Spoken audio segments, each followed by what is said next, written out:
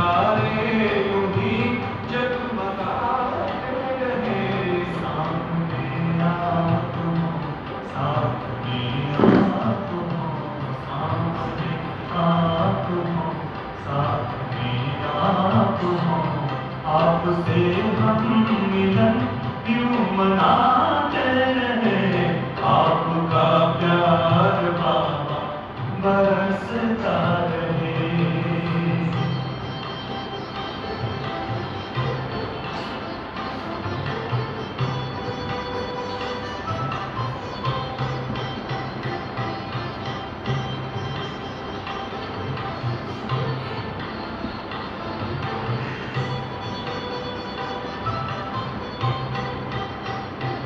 पूरी खुशहाल है जिंदगानी, हो गए हैं सफल अपने हर पल।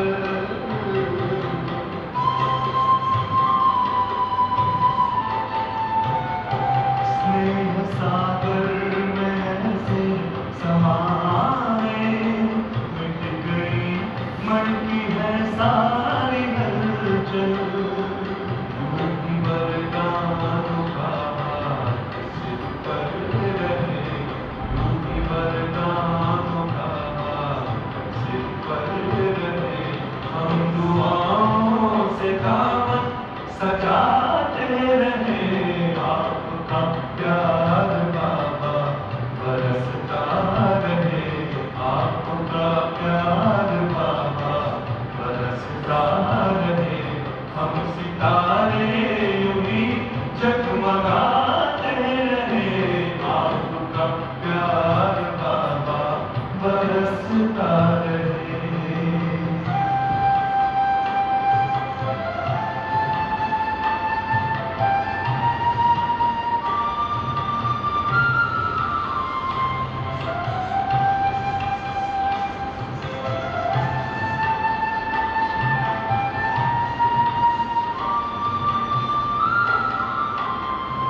ज्ञान की ज्योति जीवन में जागी, खेल लगने लगा जग का प्यारा।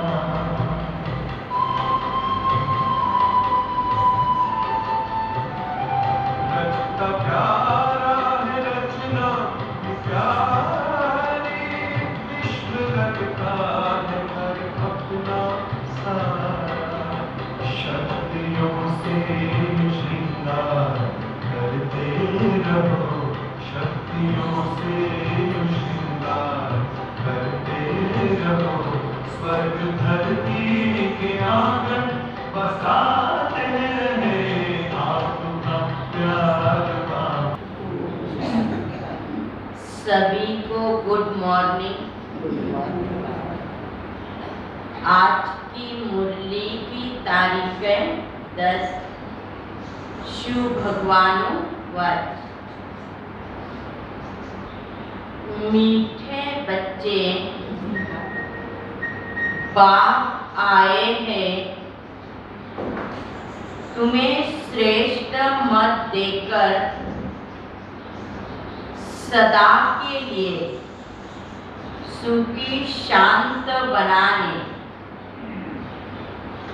उनकी मत पर चलो,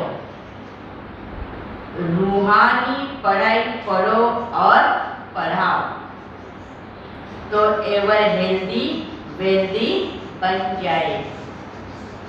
कारण क्या है?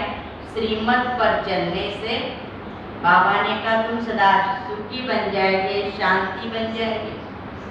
और फिर बाबा ने क्या रूहानी पढ़ाई खुद भी पढ़ो और सभी को पढ़ाओ, जिस पढ़ाई से तुम हेल्दी और वेल्दी बन जाएंगे। प्रश्न है, कौन सा चांस सारे क्लब में इस समय ही मिलता है जो मिस नहीं करना? क्योंकि संगम के समय पर वो चांस मिलता है, बाबा ने कहा तो बच्चों को मिस नहीं करना है। तो देखो कौन सा चांस मिलता है। बाबा का जवाब है रूहानी सेवा करने का, मनुष्य को देवता बनाने का चांस अभी ही मिलता है। यह चांस मिस नहीं करना। रूहानी सर्विस में लग जाना, सर्विसेबल बनना है। खास कुमारियों को ईश्वरीय गवर्नमेंट की सर्विस करनी है। मम्मा को पूरा फॉलो करना है। अगर कुमारियां बाप का बनकर जिस्मानी सर्विस करती रहे, कांटों को फूल बनाने की सर्विस नहीं करे, तो यह भी जैसे बाप का डिसरिगार्ड है। इसलिए आज बाबा ने कुमारियों के लिए कहा है, क्योंकि वे कहते हम घर में रहकर ये करेंगे वो करेंगे, लेकिन बाबा ने कहा सर्विस करो। आप सर्विस करते रहेंगे तो फिर क्या होगा, आपका भी नाम वाला होता जाएगा। तो इसलिए अगर ये सर्विस नहीं करते हैं तो जैसे बाबा का बनकर फिर बाबा का आपने क्या किया, डिसरिगार्ड किया। पांडव गवर्नमेंट ये सेवा है बाबा ने कहा। तो आज बाबा ने बहुत बार कुमारियों के लिए कहा है। आज ज्यादातर बाबा ने कुमारियों को याद किया है। आज का गीत है जाग सजनिया जाग, अब नई युग आया की आया। ओम शांति। सजनियों को किसने समझाया? कहते साजन आया सजनियों के लिए। कितनी सजनियां है ना, एक साजन को इतनी सजनियां, बड़ा वंडर है। मनुष्य तो कहते हैं कृष्ण को 16,108 क्या थी, रानियां थी, सजनियां थी, परंतु नहीं। बाप कहते हैं मुझे तो करोड़ों सजनियां है और मैं एक साजन हूँ। सब सजनियों को मैं अपने साथ स्वीट होम में ले जाऊंगा। सजनिया भी तो समझती है ना। बाबा ने कहा मैं सजनियों के लिए आया, तो सजनिया भी तो समझती है। क्या समझती है? हमको फिर से बाबा लेने के लिए आया है। जो आत्मा सजनी ठहरी, दिल में है साजन आया है, हमको श्रीमत देख श्रृंगार कराने के लिए। मत तो हर एक को देते हैं, स्त्री पुरुष स्त्री को, बाप बच्चों को, साधु अपने शिष्य को। हर एक की अपनी अपनी मत होती है, परंतु इसकी मत तो सबसे न्यारी है ना। इसकी परमात्मा जो आज क्या बनाए, सलोना साजन बनाए। इसलिए इनको श्रीमत कहा जाता है। और सब मनुष्य मत, वह सब मत देते हैं अपने शरीर निर्वाह के लिए। साधु संत आदि सबको तार लगी हुई है शरीर निर्वाह की। सभी एक दो को धनवान बनाने की मत देते रहते हैं ना, कैसे आप धनवान बनेंगे। सबसे अच्छी मत साधुओं गुरुओं की मानी जाती है, परंतु वो भी अपने पेट के लिए कितना इकट्ठा धन करते हैं। मुझे तो अपना शरीर ही नहीं है ना, मैं अपने पेट के लिए कुछ नहीं करता हूँ। ये साधु संत महात्मा बाबा ने उनकी भी कमाई हो जाती पेट के लिए।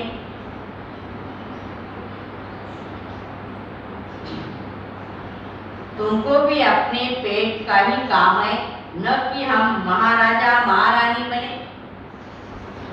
बाबा ने कहा मैं तुम्हें भी समझाता हूँ, भले तुम शरीर निर्वाह भी करो बच्चे, फिर भी अपने भविष्य के लिए विश्व महाराजन बनने के लिए हमें क्या करना चाहिए। सबको तो पेट की ताक लगी है, कैसे पेट पूजा हो। फिर भी कोई जवार की रोटी खाते तो कोई अशोक होटल में खाते। बाबा ने कहा कोई क्या खाते कोई क्या, वैसी भी दुनिया बेचारे गरीब बाजरी को चाहे जवार की रोटी खाते। क्या ऐसे बड़े बड़े लोग गए। बाबा ने कहा जा अशोक होटल में जाकर अच्छा अच्छा खाते हैं। साधु लोग तो धन इकट्ठा कर बड़े मंदिर आदि भी बनाते हैं। बाबा ने कहा आजकल के साधु संत भी क्या है। बाबा ने कहा हाँ, जो पहले साधु संत थे वो अलग बात थी, जो क्या जंगल में जाके तपस्या करते थे। और आजकल के साधु संत बाबा ने कहा बड़े बड़े फ्लैट खरीद करके आराम से रहते। बाबा ने कहा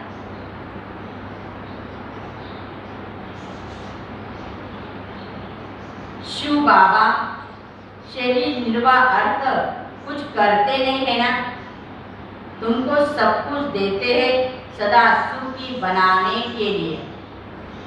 बाबा ने कहा मुझे भी तो कोई पेट नहीं है ना, मैं जो भी करता हूँ बच्चों के लिए ही करता हूँ।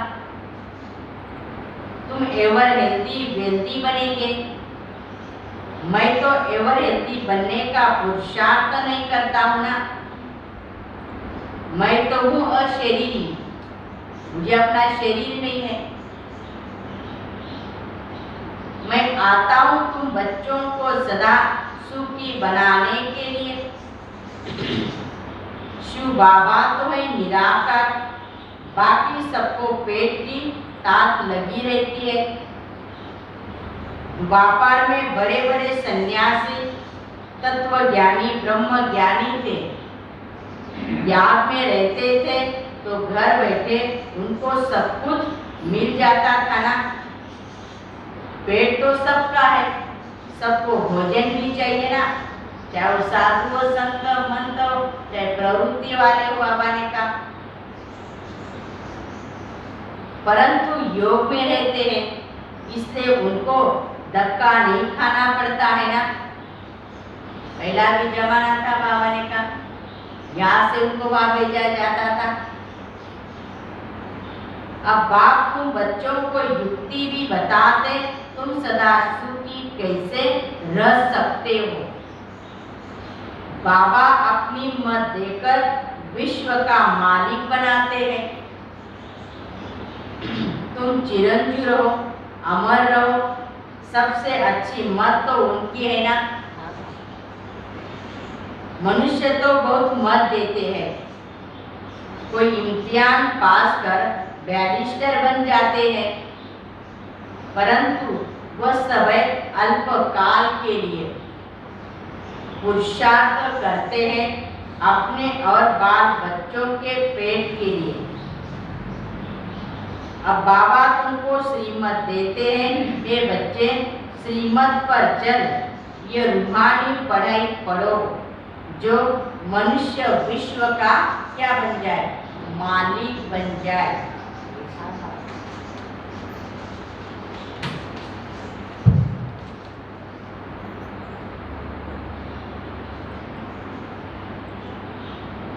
सबको बाप का परिचय दो, तो बाप की याद में रहने से एवर हेल्दी वेल्दी बन जाएंगे। वह अविनाशी सर्जन, तुम बाप के बच्चे भी अविनाशी सर्जन हो, इसमें कोई तकलीफ नहीं है ना। सिर्फ मुख से आत्माओं को श्रीमत दी जाती है। सर्वोत्तम सेवा तुम बच्चों को करनी है, ऐसी मत तुमको और कोई दे न सके बाप के सिवाय। अब हम बाप के बच्चे बने हैं तो बाप का धंधा करे या जिस्मानी धंधा करे, बाबा से हम अविनाशी ज्ञान रत्नों की झोली भी भरते हैं। शिव बाबा के आगे कहते, भर दो झोली। वह समझते 10-20 हजार मिल जाए, अगर मिल जाए तो बस उन पर बलिहार जाएंगे, बहुत खातरी भी करेंगे ना। और यह सब है भक्ति मार्ग बाबा ने कहा। भावना होती है ना, हम ऐसा करेंगे तो ऐसा हो जाएगा। फिर बाबा ने कहा फिर आगे पीछे नहीं देखते, खर्चा करने के लिए भी। अब सबको बाप का परिचय दो और बेहद की हिस्ट्री जागरूकी सुनाओ। बहुत इजी है ना। हद की हिस्ट्री जागरूकी में तो बहुत बातें हैं। यह बेहद की हिस्ट्री जागरूकी है कि बेहद बाप कहाँ रहते हैं, कैसे आते हैं, हम आत्माओं में कैसे 84 जन्म का पाठ भरा हुआ है। बस जास्ती कुछ नहीं समझा, सिर्फ अल्प और वेद। हम आत्मा परमात्मा को याद करके विश्व का मालिक बन जाएगी। अभी पढ़ना और पढ़ाना है। अल्प माना अल्लाह, बे माना बादशाही। अब सोचो, यह धंधा करे या जिस्मानी धंधा करे, 200-400 कमाए। बाबा ने प्रश्न पूछा बच्चों से, क्या करें, कौन सा धंधा करना है, रूहानी करना है, जिस्मानी करना है। बाप कहते, अगर कोई होशियार बच्ची हो तो मैं उनके मित्र संबंधियों को भी दे सकता हूँ, जिससे उसका भी शरीर निर्वाह चलता है। परंतु अच्छी बच्ची हो, सभी से बोलो, अंदर बाहर सच्चाई सफाई हो, बोली भी बड़ी मीठी हो। माना कई ऐसे गरीब बच्चियां भी होती है ना, उनके घर में भी माँ बाप को भी ये नहीं होता है, तो बाबा ने कहा जैसे वो सर्विस से बोलोगी, हम उसके माँ बाप को भी कुछ पेट पूजा के लिए, शरीर निर्वाह के लिए दे सकते हैं। परंतु बच्ची भी बड़ी अच्छी सयानी चाहिए, समझदार चाहिए, वफादार चाहिए। बाबा ने कहा बड़ी मीठी चाहिए, सच्चाई सफाई वाली चाहिए।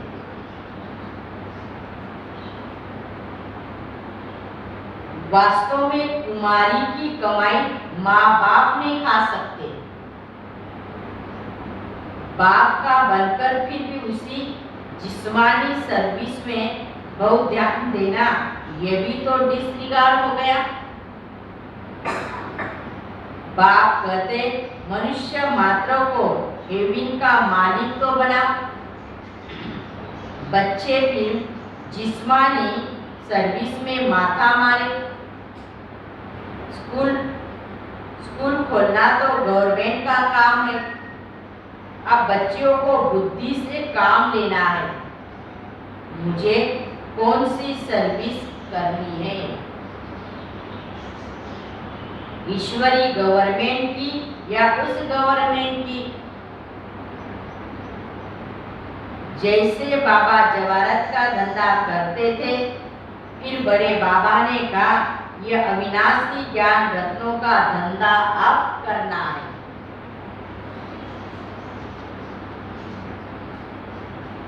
इससे तुम यह बनेगे। चतुर्भुज का भी तो साक्षात्कार करा दिया। अब वो विश्व की बादशाही लेवे या यह करेगी। सबसे अच्छा धंधा तो यह है ना, कौन सा, अविनाशी ज्ञान रत्नों का। पर कमाई अच्छी थी, परंतु बाबा ने इनमें प्रवेश होकर मत दी कि अल्प और बे को याद करो। कितना सच है ना। छोटे बच्चे भी तो पढ़ सकते हैं। शिव बाबा तो हर एक बच्चों को समझा सकते हैं, ये भी सीख सकते हैं ना। यह है भार्यामी शिव बाबा है अंतर्यामी। यह बाबा की हर एक की शक्ल से, बोल से, एक से सब कुछ समझ सकते हैं। बच्चों को रूहानी सर्विस का चांस एक ही बात तो मिलता है। अब दिल में आना चाहिए, हम मनुष्य से देवता बनाए या कांटों को कांटा बनाए। क्या करें? सोचो क्या करना चाहिए। आज बाबा हर बात में बच्चों से पूछ रहा है। निराकार भगवान उवाच, देहे से देह के सब संबंध तोड़ो, अपने को आत्मा समझ बाप को याद करते रहो। ब्रह्मा के तन से बाप ब्राह्मणों से ही तो बात करते हैं। वो ब्राह्मण लोग भी कहते हैं ना, ब्राह्मण देवी देवताय नमः। वह है मुख वंशावली, तुम हो मुख वंशावली। बाबा को जरूर ब्रह्मा बच्चा चाहिए। कुमार का बताओ बाबा को कितने बच्चे हैं? इसलिए तो देखो जब हम पांडव वन मधुबन जाते थे तो बड़ी दाढ़ी मिलती थी ना सभी को, दादी सभी प्रवृत्ति वाले से पूछते थे ना कि आपको कितने बच्चे हैं? हाँ? हाँ। कोई कहते हैं 600 करोड़, कोई कहते हैं एक ब्रह्मा, बस तुम त्रिमूर्ति कहते हो, परंतु ऑक्यूपेशन तो अलग अलग है ना। विष्णु की नाभि से ब्रह्मा निकला, ब्रह्मा की नाभि से विष्णु निकला, एक ही तो हो गया। विष्णु 84 जन्म लेते हैं, वह ब्रह्मा, बात तो एक ही है ना। बाकी रहा शंकर, ऐसे तो नहीं शंकर सो शिव होता है, नहीं, त्रिमूर्ति कहलाया जाता है। परंतु राइट्स बच्चे 2 हुए ना, ये सब ज्ञान की बातें हैं, बड़ी समझने की। तो बच्चों के लिए ये सर्विस करना अच्छा है या मैट्रिक आदि पढ़ना अच्छा है?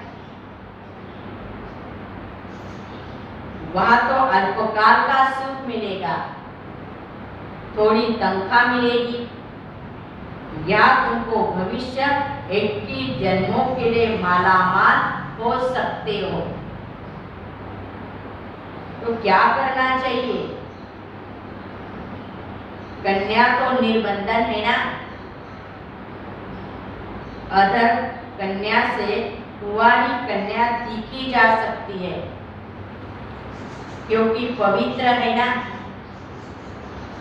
मम्मा भी कुमारी थी ना, पैसे की बात नहीं है। कितनी तीखी गई तो फॉलो करना चाहिए, खास कन्याओं को। कांटों को फूल बनाए, ईश्वरीय पढ़ाई का चांस ले या उस पढ़ाई का। कन्याओं का सेमिनार करना चाहिए। माताओं को तो पति आदि याद रहता है, सन्यासी को भी याद बहुत करना पड़ता रहता है।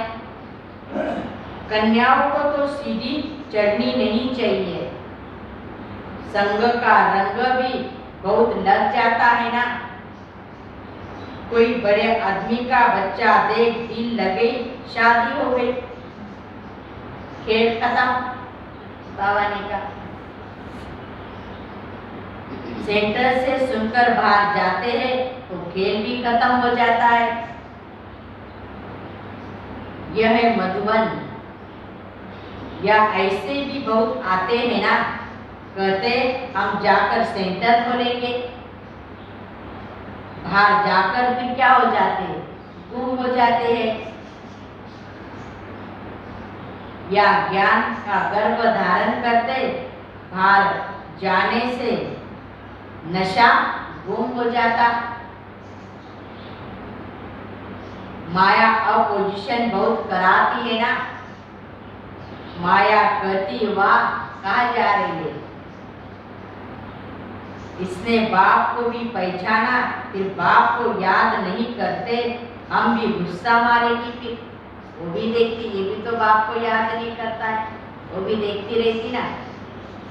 ऐसे नहीं कहो कि बाबा आप माया को कहो हमको गुस्सा न मारे। युद्ध का तो मैदान है ना। एक तरफ रावण की सेना, दूसरी तरफ राम की सेना। बहादुर बन राम के तरफ जाना चाहिए। आसुरी संप्रदाय को ही दैवी संप्रदाय बनाने का धंधा करना चाहिए। जिस्मानी विद्या तुम जिसको पढ़ाएंगे, जब तक वो पढ़कर बड़े हो तब तक तो विनाश भी सामने आ जाएगा। आसार भी तुम देख रहे हो ना सारे संसार का। बाबा ने समझाया है दोनों क्रिश्चियन भाई आपस में मिल जाए तो लड़ाई हो न सके, परंतु भाभी तो ऐसी नहीं है ना। उन्हों को समझ में ही नहीं आता है। अब तुम बच्चे योग बल से अपनी राजधानी को स्थापन कर रहे हो, और यह शिव शक्ति सेना जो शिव बाबा से भारत का प्राचीन ज्ञान और योग सीख कर भारत को हीरे जैसा बनाते हैं। बाप कलप के बाद ही आकर पतित को पावन भी बनाते हैं। तुम सब रावण की जेल में हो, शोक वाटिका में हो। क्या शोक वाटिका में है? शोक वाटिका में है तो सब क्या है? दुखी है ना। फिर राम आकर सबको छुड़ाए, अशोक वाटिका हमारा स्वर्ग में ले जाता है। देखो श्रीमत क्या कहती है, कांटों को फूल, मनुष्य को देवता बनाओ। तुम मास्टर दुख हरता सुख करता हो ना, यही धंधा करना चाहिए। सभी का जीवन ऐसा बनाओ। श्रीमत पर चलने से ही तो तुम श्रेष्ठ बनेंगे। बाबा तो राय देते हैं ना। अब बाप कहते हैं, इतना बाबा ने समझाया बड़े प्यार से। फिर बाबा ने क्या कहा? बाप कहते अर्जी हमारी मर्जी आप, तुम्हें क्या करना है वो करो। अच्छा मीठे मीठे सिक्की लदे बच्चों प्रति माता पिता बाप दादा का याद प्यार और गुड मॉर्निंग। रूहानी बाप की रूहानी बच्चों को नमस्ते। हम रूहानी बच्चों की रूहानी बाप दादा को याद प्यार और नमस्ते नमस्ते नमस्ते। ओम शांति ओम शांति ओम शांति। शुक्रिया बाबा, थैंक्स बाबा।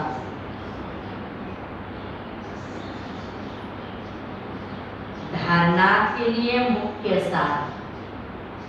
पहली पॉइंट, सर्विसेबल बनने के लिए अंदर बाहर साफ बनना है। मुख से बहुत मीठे बोल बोलने हैं। देह सहित देह के सब संबंधों से बुद्धियों हटाना है। संग से अपनी संभाल करनी है। दूसरी पॉइंट है, बाप समान मास्टर दुख हरता सुख करता बनना है। रूहानी सेवा कर सच्ची कमाई करनी है। रूहानी बाप की मत पर रूहानी सोशल वर्कर बनना है।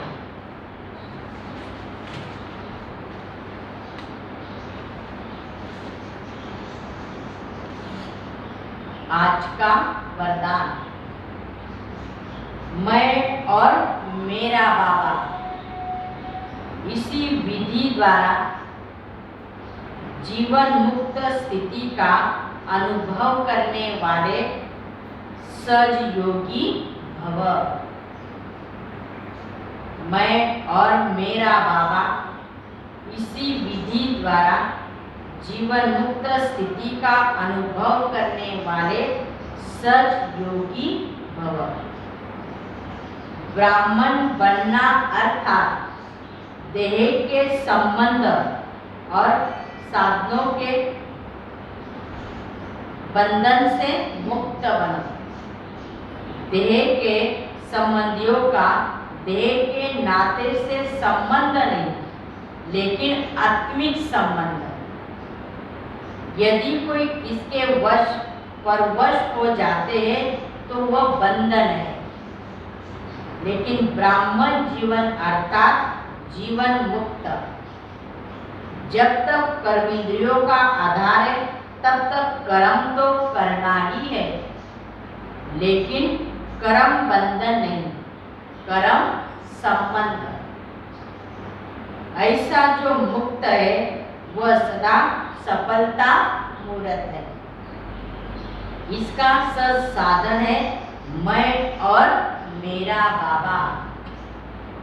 यदि याद सच योगी सफलता मूर्त और बंधन मुक्त बना देती है।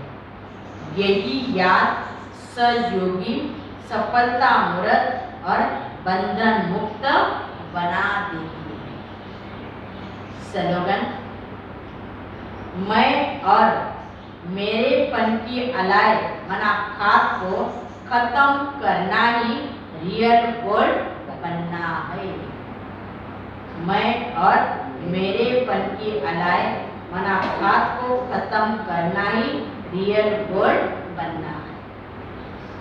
मातेश्वरी जी के अनमोल महावाक्य। ये जो मनुष्य गीत गाते हैं वो गीता के भगवान अपने वचन निभाव आ जाओ।